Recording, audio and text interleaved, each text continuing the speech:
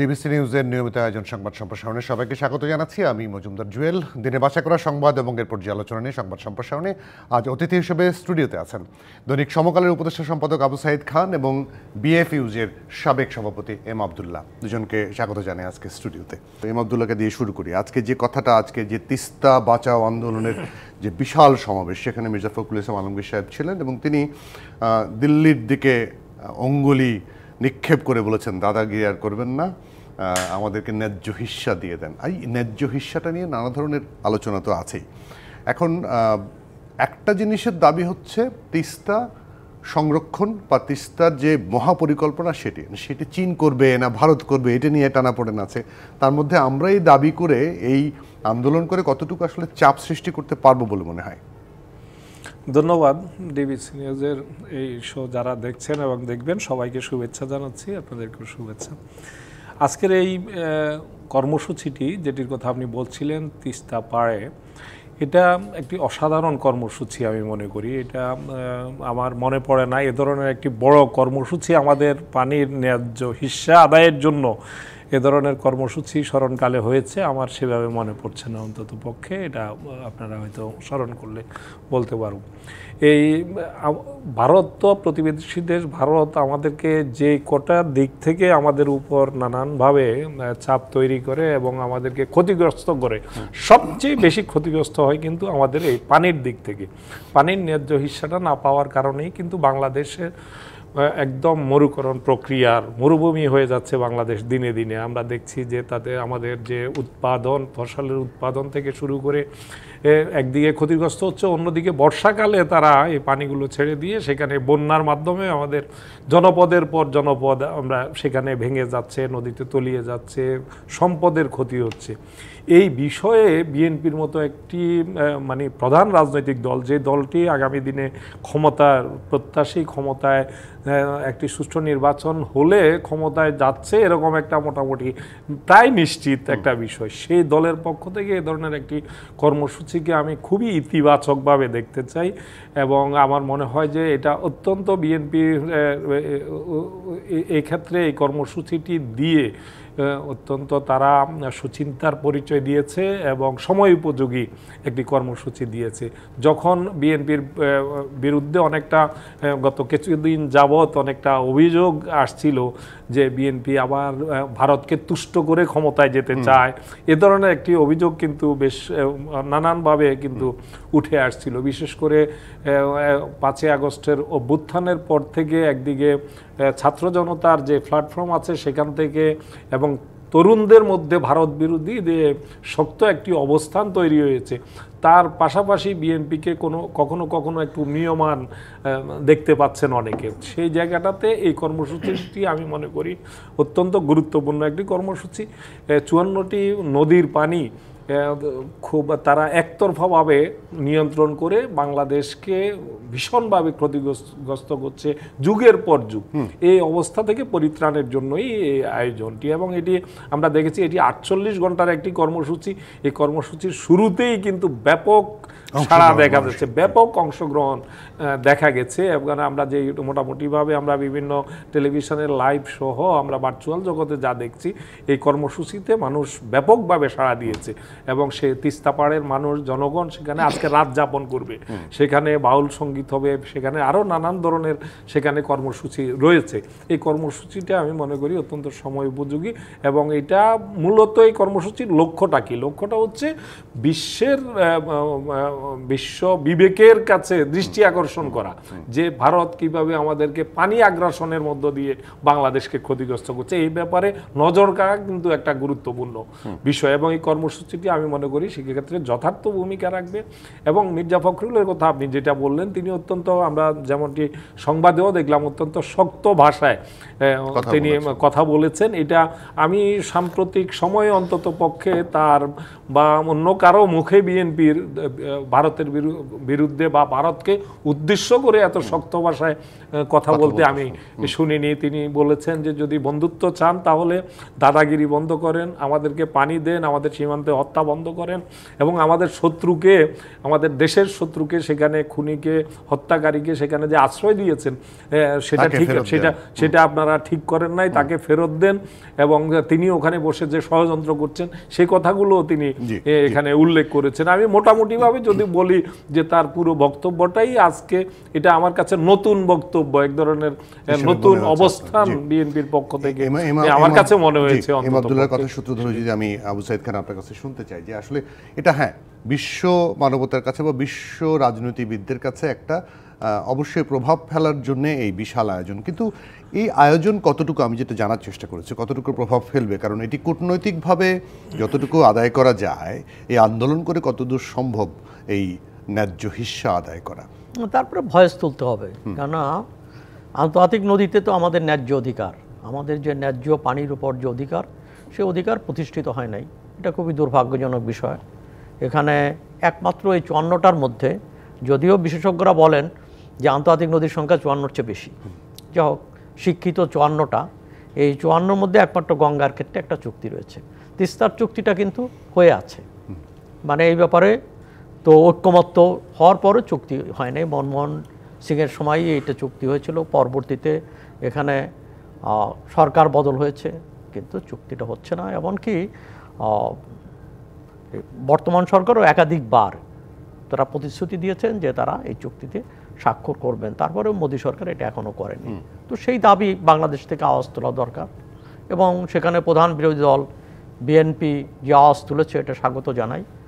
এই আরেকটা হচ্ছে যে আমি আমার অধিকার চাওয়ার মধ্যে, এটার মধ্যে কিন্তু ভারত বিরোধিতাও নাই, কারণ এটা তো ভারতের কাছে আমি ন্যায্য অধিকারটা চাইছি। কিন্তু একসময় তো মোদিও শুনেছি যে মোদিও বলেছেন যে আমি চেয়েছিলাম করতে কিন্তু মমতা বন্দ্যোপাধ্যায়ের কারণে পারিনি।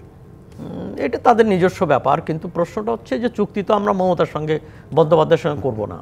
বাংলাদেশ চুক্তি হবে হচ্ছে দিল্লির সঙ্গে, অতএব দিল্লি মমতা বন্দ্যোপাধ্যায়কে কি করে ম্যানেজ করবে, কি করে বোঝাবে, সেটা তার বিষয়, কিন্তু আমরা এটা ন্যায্য অধিকার। আর একটা হচ্ছে এখানে তো কোনো করোনার ব্যাপার না, যে দয়া দাক্ষিণ্যের ব্যাপার না, এটা তো আমাদের অধিকারের বিষয়টা। তো সেই অধিকার থেকে আমাদেরকে বঞ্চিত করা হয়েছে। দ্বিতীয়ত হচ্ছে আর একটা বিষয় হচ্ছে তিস্তার একটা মহাপরিকল্পনা চীনের মাধ্যমে গ্রহণ করা হয়, কিন্তু সেখানে তো শেষ পর্যন্ত ভারত বাদ সেধেছে, তো এখন সেটাও ঝুলে আছে। তো এইটাও আমার মনে হয় এই মহাপরিকল্পনাটা কীভাবে হবে, সেখানে চীনের মাধ্যমে হলে তো হতে পারে, কিংবা ভারতও যদি পার্টনার হয় আপত্তির কিছু নেই, কিন্তু সেটা তাকে সিদ্ধান্তে আসতে হবে, কিন্তু পরিকল্পনাটা ঝুলে থাকতে পারে না। এবং বাংলাদেশের স্বার্থে এবং এখানকার সামগ্রিক স্বার্থে এটা দরকার, এমনকি ভারতের স্বার্থেও দরকার। কেন ধরুন যে বাংলাদেশে যদি মরুকরণ প্রক্রিয়া শুরু হয়, ধরুন রাজশাহীতে মরুকরণ প্রক্রিয়া হলো, মালদা কি বাঁচবে? তো মুর্শিদাবাদ বাঁচবে? ওটা তো ছড়িয়ে পড়বে, হয়তো আগে আমরা আক্রান্ত হব। কিংবা এখানে যদি সুন্দরবন, যেটা হচ্ছে যে সুন্দরবন যদি ধ্বংস প্রক্রিয়া শুরু হয়ে যায় পানির অভাবে, তাহলে সেটা সুন্দরবনের এই অংশের মধ্যে সীমাবদ্ধ থাকবে না, ভারতের অংশের মধ্যেও তো তাকে স্পর্শ করবে। কিন্তু ওই যে ভিতরেও তো একটা আলোচনা আছে যে সিকিমে যে বাদ দেওয়া হয়েছিল সে কারণে কিন্তু ভারতের মধ্যেও অনেক জায়গায়, তিস্তা পাড়ে অনেক জায়গায় কিন্তু মরুকরণ হয়ে গেছে, সেটাও তো একটা দাবি। সেটাও দাবি, এবং এই বাদ দেওয়ার এই প্রক্রিয়াটা, এমনকি ভারতের বিশেষজ্ঞরাও তারা কিন্তু এটা একমত না যে এই ধরনের বাদ দিয়ে পানি আটকানোটা ঠিক না। তো সেখানে পানির স্বাভাবিক প্রবাহটা ঠিক রাখা দরকার, তাদের স্বার্থে, আমাদের স্বার্থে, উভয়ের স্বার্থেই দরকার। কিন্তু এখানে তো ভূপ্রাকৃতিক আবেদনের চেয়ে এখানে রাজনীতিটা বড় হয়ে গেছে, কূটনীতিটা বড় হয়ে গেছে।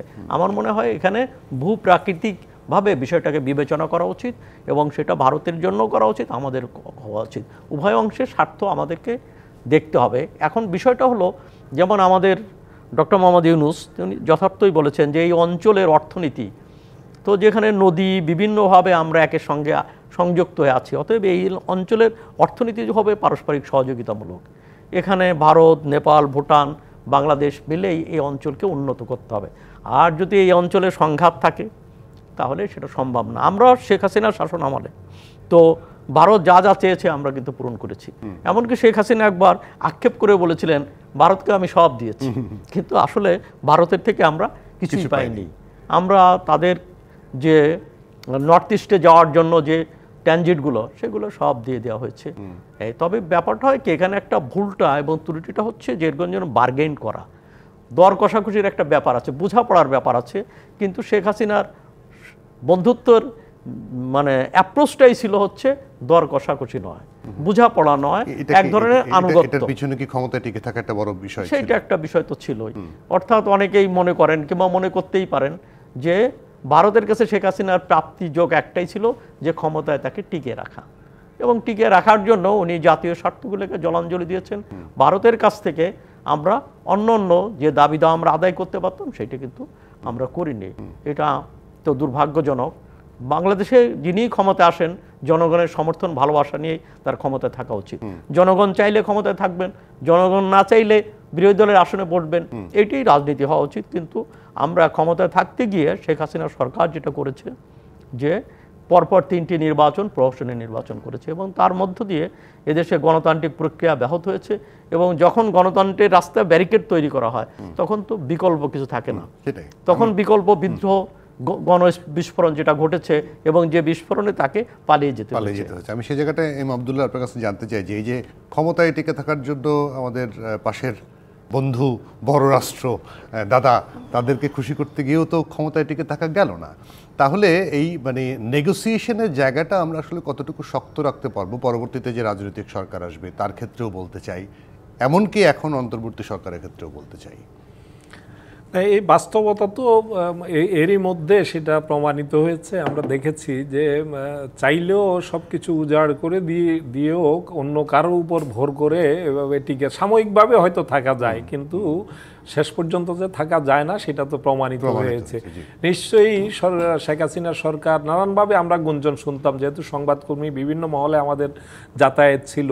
আওয়ামী লীগের নেতারা বলতেন দেখেন যে আর কোনো দিনই শেখ হাসিনার জীবদ্দশায় শেখ হাসিনাকে বিদায় করতে পারবেন না, এভাবে বলতেন আমাদের সাথে। আওয়ামী লীগ নেতারাই বলতেন যে কারণ হলো শেখ হাসিনাকে যদি ফেলতে যান তাহলে দিল্লি সরাসরি হস্তক্ষেপ করবে, দিল্লির এখানে ফোর্স নামবে, তাকে নিয়ে যাওয়ার জন্য স্ট্যান্ড বাই সবসময় এটা থাকবে সেটা থাকবে, এবং গণভবনের মধ্যে তার নিরাপত্তা এই আছে, এগুলো কিন্তু গল্প আমাদেরকে বিভিন্ন সময় শোনাতেন, আওয়ামী লীগ নেতারাই শোনাতেন। তো কিন্তু বাস্তবে যখন মানুষ যখন বিগড়ে যায় এবং চূড়ান্তভাবে বিগড়ে যায়, মানুষ তো ধীরে ধীরে একটা সময়ে 1-2 দিনে তো এই পরিস্থিতি হয় না। আপনি দেখবেন যে একবারে গৃহবধূ থেকে শুরু করে ছোট্ট বাচ্চাটা যেটা কেবলই বুঝ হতে শুরু করেছে, কিশোর, ছাত্র, আপনি বিশ্ববিদ্যালয় থেকে একদম প্রাইমারির ছাত্র পর্যন্ত, আপনি এই যে সবার মধ্যে একটা বিষয় যে একটা জায়গায় তারা চলে এসছে যে এই হচ্ছে নিপীড়ক এবং খুনি, এই জায়গাটা যখন হয়ে গেছে তখন মৃত্যুকে পরোয়া না করে জীবনকে তুচ্ছ করে যেভাবে নেমে গেছে। তো এই জায়গাটা এখন এর থেকে কিন্তু আমাদের রাজনৈতিক দলগুলো যদি বার্তা না নেয় তাহলে এটা হবে সবচেয়ে বেশি আমাদের জন্য বেদনাদায়ক, যে সব কিছু উজাড় করে দিয়েও কিন্তু শেষ পর্যন্ত যে টিকা যায় না। জনগণের যে যদি ম্যান্ডেট না থাকে, জনগণেরকে যদি জনগণের জনসম্পৃক্ত ইস্যুগুলোকে যদি অ্যাড্রেস না করা হয় তাহলে কিন্তু শেষ পর্যন্ত আগের কোনোভাবে টিকা দেয় না। শিক্ষাটাকে আবু সাইদ খান আমরা বা আমাদের রাজনীতিবিদরা নেবে বা নিচ্ছে বলে মনে হয় আপনার কাছে? ইতিহাসের একটাই শিক্ষা, কেউ শিক্ষা গ্রহণ করে না, অতীতেও করেন, এই আগামীতে করবে সে ভরসা পায় না। তো কিন্তু শিক্ষাটা নেওয়া উচিত, এটিকে স্মরণ রাখা উচিত যে জোর করে ক্ষমতায় টিকে থাকা যায় না, জনগণের ভালোবাসায় টিকে থাকা যায়। আর যে টিকে থাকা যায় জোর করে যেটা টিকে থাকে সেটা শাসন নয়, জনগণের ঘৃণা ক্রোধের মুখে টিকে থাকা। তো সেই ধরনের সেটা ক্ষমতা এইভাবে কুক্ষিগত করার মধ্য দিয়ে তো জনগণের কল্যাণ নাই, সে ব্যক্তিরও কল্যাণ নেই, কেন ইতিহাসে কলঙ্কিত হয়ে থাকেন। তো নিশ্চয়ই কোনো শাসকেরই উচিত হবে না যে ইতিহাসে তিনি কলঙ্কের আসনে বসবেন, এটা তো কারোর জন্য কাম্য হতে পারে না। দুজনে থাকবেন, একটা বিরতি নিয়ে ফিরে অন্য আলোচনায় ফিরছি আপনাদের সঙ্গে। দর্শক, RRM স্টিল নিবেদিত সংবাদ সম্প্রসারণ একটা বিরতি, সঙ্গে থাকবেন।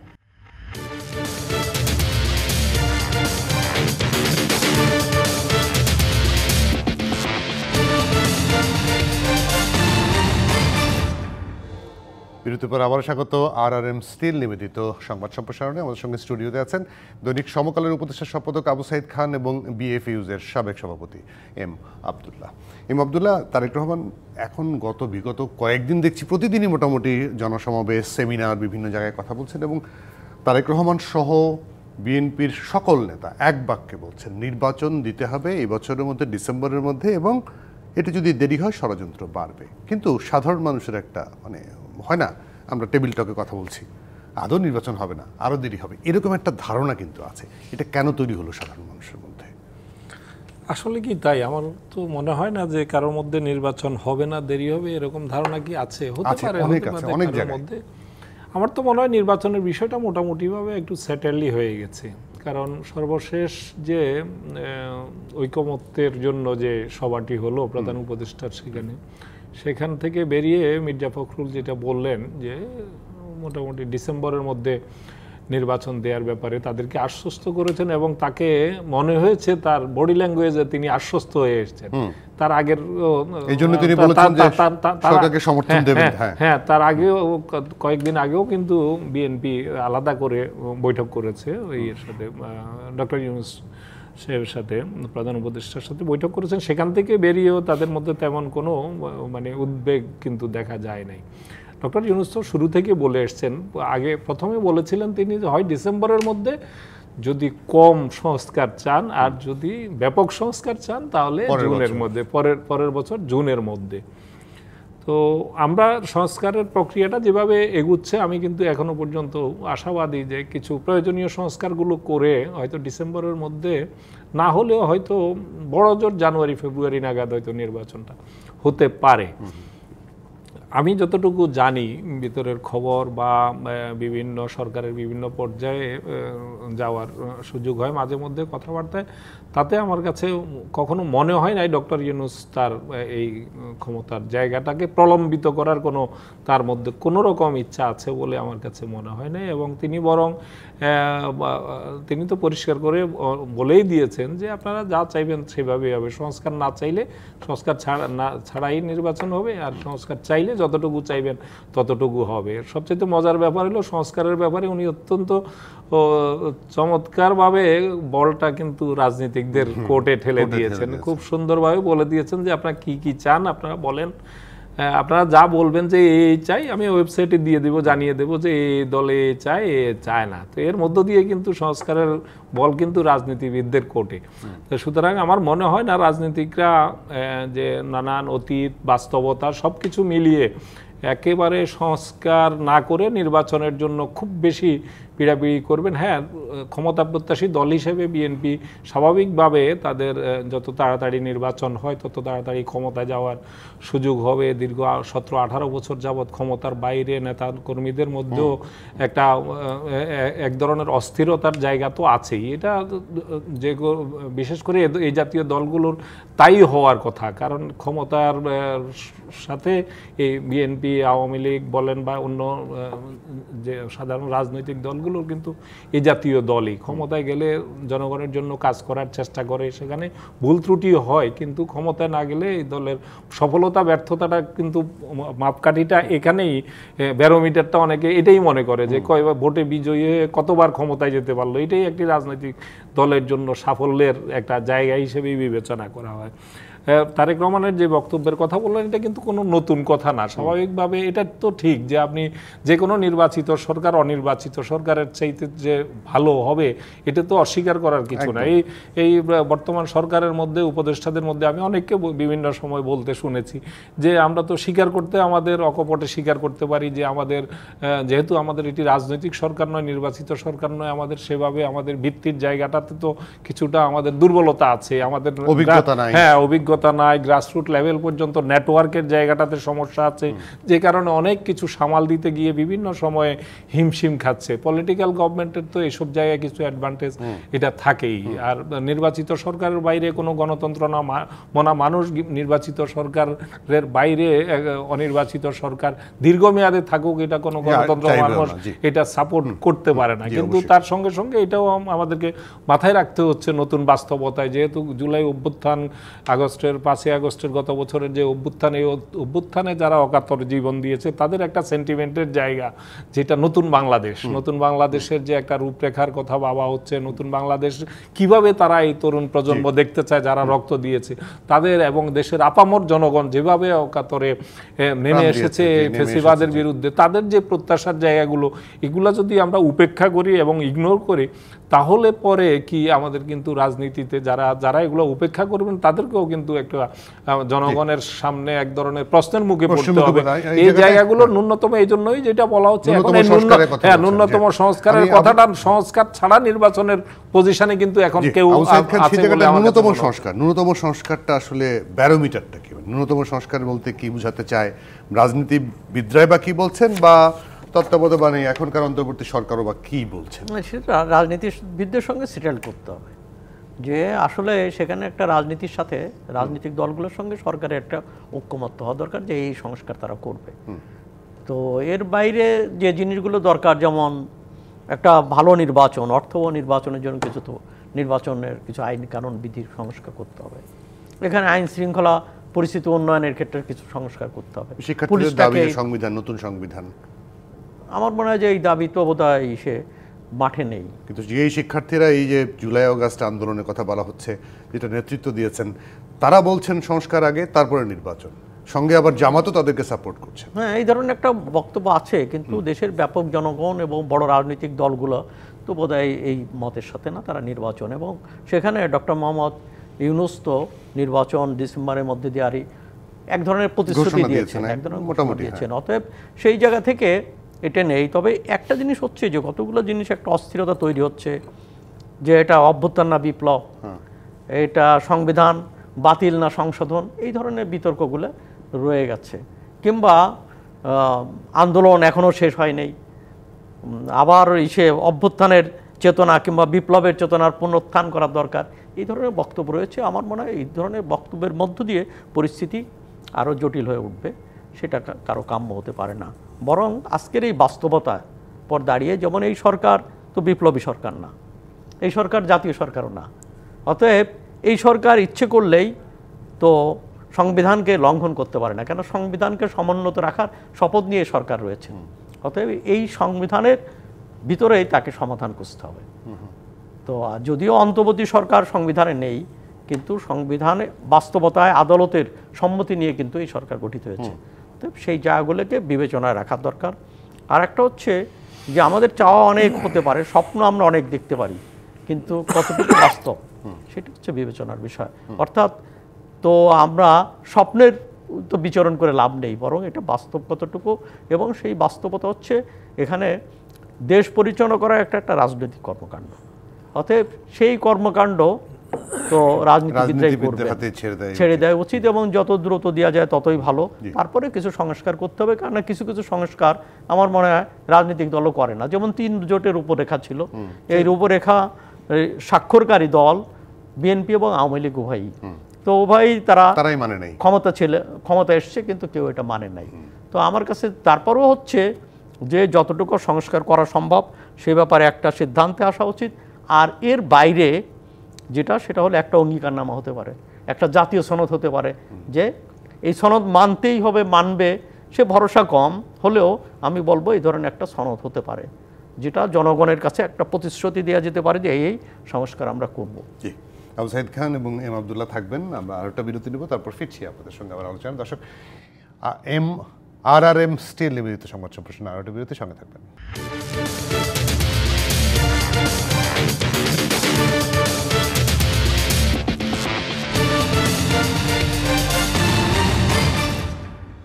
বিরতির পর আবার স্বাগত। RRM স্টিল নিবেদিত সংবাদ সম্প্রসারণে স্টুডিওতে আছেন আবু সাঈদ খান এবং এম আবদুল্লাহ। এবার আবু সাঈদ খানকে দিয়ে শুরু করি। যেহেতু শেখ হাসিনা দিল্লিতে আশ্রিত আছেন এবং তাকে আনার জন্য তত্ত্বাবধায়ক অন্তর্বর্তী সরকারের পক্ষ থেকেও চিঠিপত্র দেওয়া হয়েছে, এখন প্রশ্ন উঠছে যে বন্দি প্রত্যর্পণ চুক্তি অনুযায়ী তাকে কি আনা যায়? তিনি তো বন্দি নন, এটা একটা প্রশ্ন। আর একটা প্রশ্ন হচ্ছে যে দিল্লির কয়েকজন সাংবাদিক এবং বিশেষজ্ঞ আমাদেরকে বললেন যে এটা যেহেতু রাজনৈতিক উদ্দেশ্যে ভারত তাকে ফেরত নাও দিতে পারে। না, সেটা তো ভারতের সদিচ্ছার পর নির্ভর করবে। তো ভারতের জনমত এমন ছিল যে শেখ হাসিনা এসছে, অতএব তার হয়েই ভারতকে এই বাংলাদেশের সঙ্গে বোঝাপড়া করতে হবে, এমন একটা ধারণা ছিল। কিন্তু দেখলাম ইন্ডিয়া টুডের একটা জরিপ দেখলাম, সেখানে নর্থ ইস্টের 55 ভাগ মানুষ মনে করে যে হ্যাঁ ওই রকমই, যে ভারতের কে মানে দুই দেশের সম্পর্ক উন্নয়নের জন্য তাকে ফেরত দেওয়া উচিত, এটা মনে করে। তো এইটা একটা বিষয়। তবে ভারতের ব্যাপারটা হলো, যেমন দালাই লামার ক্ষেত্রে যেটা হয়েছে, তো দালাই লামাকে ভারত চীনের কাছে ফেরত দেয়নি, কিন্তু তারপরেও চীনের সঙ্গে তার অন্য যোগাযোগ সম্পর্ক কোনোটা কিন্তু থেমে নেই, কিন্তু দালাই লামা তার মতো করে আছে। তো বাংলাদেশের ক্ষেত্রে আমার কাছে যেটা মনে হয় যে ফেরত দেওয়া তো উচিত, বাংলাদেশের ক্ষেত্রে ভারত বোধহয় এই নীতি গ্রহণ করবে, ভারত তাকে ফেরত দেবে বলে আমি বিশ্বাস করতে পারছি। কিন্তু কেন, মানে সে ফেরত একটা নেতার জন্য গোটা দুই দেশের মধ্যে সম্পর্ক নষ্ট হচ্ছে, ভারত মনে করে দেশের একটা বড় অংশ এটা বিরোধিতা করছে, সেইটা করছে, কিন্তু ভারত তো তাকে সে শক্তিধর রাষ্ট্র মনে করে, এবং পেরিফেরি মানে ছোট ছোট যে দেশগুলো আছে তাদের সঙ্গে তার বন্ধুত্ব সেইভাবে টিকছে না। যে কারণে দেখেন ভারতের সঙ্গে একমাত্র বাংলাদেশেরই, এবং বাংলাদেশের বলা যাবে না, শেখ হাসিনা সরকারের বন্ধুত্ব ছিল, বাংলাদেশের জনগণের সঙ্গে জনগণের বন্ধুত্ব সেটা ছিল না, রাষ্ট্রিক বন্ধুত্ব না, সেখানে সরকারের সঙ্গে সরকারের বন্ধুত্ব ছিল। তো বাংলাদেশের সঙ্গে সেই সম্পর্ক এখন আগে নেই, নেপালের সঙ্গে তার সম্পর্ক ভালো না, শ্রীলঙ্কা, মালদ্বীপ, এমনকি ভুটানের সঙ্গেও তো সম্পর্কের অবনতি ঘটছে, ভুটানের সঙ্গে চীনের বাণিজ্যিক যোগাযোগটা বেড়ে গেছে। তো সেই জায়গা থেকে ভারত প্রতিবেশী দেশগুলোর সঙ্গে বন্ধুত্বের বিষয়টা এটা তেমনটা তোয়াক্কা করে না। আমার কাছে যেটা মনে হয় তার একটা বড় ভাই সুলভ অ্যাটিটিউড রয়েছে, যদিও ভারতের একটা ভিন্ন মতও আছে, তো সে মতটা পক্ষে লোকও আছে, অনেক লেখক বুদ্ধিজীবী, এমনকি সাউথ ব্লকের কেউ কেউ এই মতটাকে ধারণ করে। সেটা হচ্ছে গুজরাল ডক্টরিন। যখন আইকে গুজরাল পররাষ্ট্রমন্ত্রী এবং প্রধানমন্ত্রী ছিলেন, তিনি একটা বক্তব্য দিয়েছিলেন যে ভারত এর উচিত হবে যে প্রতিবেশী দেশগুলোর সঙ্গে কোনো বড় ভাই সুলভ আচরণ না করা এবং সম্পর্ক উন্নয়ন করা, সেটা ভারতের জন্য কল্যাণ করা। অতএব তাদের পারস্পরিক স্বার্থ তাদের সঙ্গে বন্ধুত্বর সম্পর্ক গড়ে তোলা দরকার। এটা গুজরাল ডক্টরিন হিসেবে খ্যাত হয়ে আছে। তো এইটা একটা মত আছে, এবং সাউথ ব্লকের মধ্যেও এই মত অনেকে ধারণ করে। আবার আরেকটা মত, সবকিছুকে ছাপিয়ে আরেকটা মত রয়েছে যে আমরা বড় রাষ্ট্র, অন্যদিকে কেন তোয়াক্কা করব। তো দাদাগিরি, হ্যাঁ, একটা দাদাগিরি প্রবণতা এটা রয়ে গেছে। আব্দুল্লাহ, আপনার কাছে শুনতে চাই যে আসলে শেষ পর্যন্ত শেখ হাসিনাকে ফেরত দেবে ভারত? দেখুন, এটা তো আসলে আমাদেরকে এ ব্যাপারে মানে নিশ্চিত হতে আরও একটু অপেক্ষা করতে হবে। কিন্তু আমার কাছে যেটা মনে হচ্ছে যে মানে গত এক সপ্তাহ আগে বা 10 দিন আগের পরিস্থিতি আর আজকের দিনের পরিস্থিতির মধ্যে কিছুটা পার্থক্য আছে। পার্থক্যটা এই জায়গায় যে এতদিন ভারতের মানে শেখ হাসিনার বিষয়টা এক ধরনের রাজনৈতিকভাবে যেভাবে চালিয়ে দিতে পেরেছে ভারত, জাতিসংঘের এই রিপোর্টটির পরে কিন্তু মানে নতুন চাপের মুখে কিন্তু ভারত পড়েছে। এটা আপনি জাতিসংঘের মানবাধিকার সংস্থার যে রিপোর্টটা, এই রিপোর্টে কিন্তু একদম সুনির্দিষ্টভাবে ধরে ধরে শেখ হাসিনার ইনভলভমেন্টটা গণহত্যা একেবারে চোখে আঙ্গুল দিয়ে দেখিয়ে দিয়েছে যে কিভাবে তিনি সিদ্ধান্ত দিয়েছেন, কিভাবে বলেছেন যে তোমরা গুলি করো, ধরো, মারো এবং গুম করো। এই নির্দেশনাটা যে শেখ হাসিনা স্বয়ং দিয়েছেন, এটার প্রমাণ একেবারে তাদের হাতে এই যে তদন্ত রিপোর্টে সেটা উঠে এসেছে।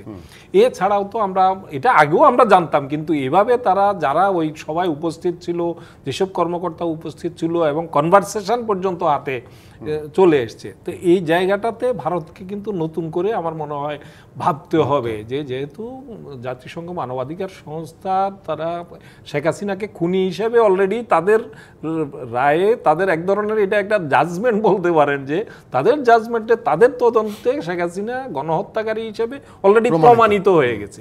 তো এই জায়গাটাতে যে মনস্তাত্ত্বিক যে একটা চাপ, এটা ভারত অনুভব করার কথা। এবং আপনি দেখবেন যে ভারতে কিন্তু বয়স রেজ হতে শুরু করেছে। ভারতের পার্লামেন্টে আপনি দেখেছেন যে সেখানে কিভাবে দিল্লি পর্যন্ত পাসপোর্ট ছাড়া কোনো কিছু ভিসা কিভাবে আসলো, এই ধরনের প্রশ্ন কিন্তু ভারতের পার্লামেন্টে উঠেছে। এবং ভারতের যারা সুশীল সমাজ বা অন্যদের পক্ষ থেকেও ধীরে ধীরে কিন্তু এগুলো নিয়ে লেখালেখি হচ্ছে যে কিভাবে আছেন তিনি, কতদিন থাকবেন, এই প্রশ্নগুলো আছে। একটা জায়গা তো আছে যে শেখ হাসিনা যেটা বলেছিলেন যে আমি যা দিয়েছি ভারতকে তারা কোনো দিনই সেটা ভুলতে পারবে না। তো এই ভুল কোনো দিন ভুলতে পারবে না, যে কতদিন ভুলতে কতদিন লাগে, এটার জন্য আমাদের কিন্তু একটু অপেক্ষা করতে হবে। আপনি কিন্তু দেখেন এখন থেকে 6 মাস আগে ভারতের শেখ হাসিনার ব্যাপারে যে অ্যাটিচিউড ছিল, শেখ হাসিনাকে বাংলাদেশে ফেরানোর কিন্তু তাদের মধ্যে একটা উদ্যোগ ছিল। নানান ধরনের তারা সংখ্যালঘু ইস্যুটাকে নিয়ে বাংলাদেশে এক ধরনের নৈরাজ্যকর এক ধরনের অস্থিরতা তৈরি করে তারা ইমিডিয়েট শেখ হাসিনাকে ফিরেতে পারে কিনা এই চেষ্টাটা কিন্তু তারা করেছিল, কিন্তু এটা অনেকটা একদম স্পষ্ট ছিল। তো সেটা কিন্তু তাদের ব্যর্থ হয়েছে। এরপরে তারা যে নানানভাবে আরও কয়েকটি ইস্যুকে সামনে এনে যে চাপ তৈরি করার চেষ্টা করেছিল ডক্টর ইউনূসের, সেগুলোও ফেল করেছে।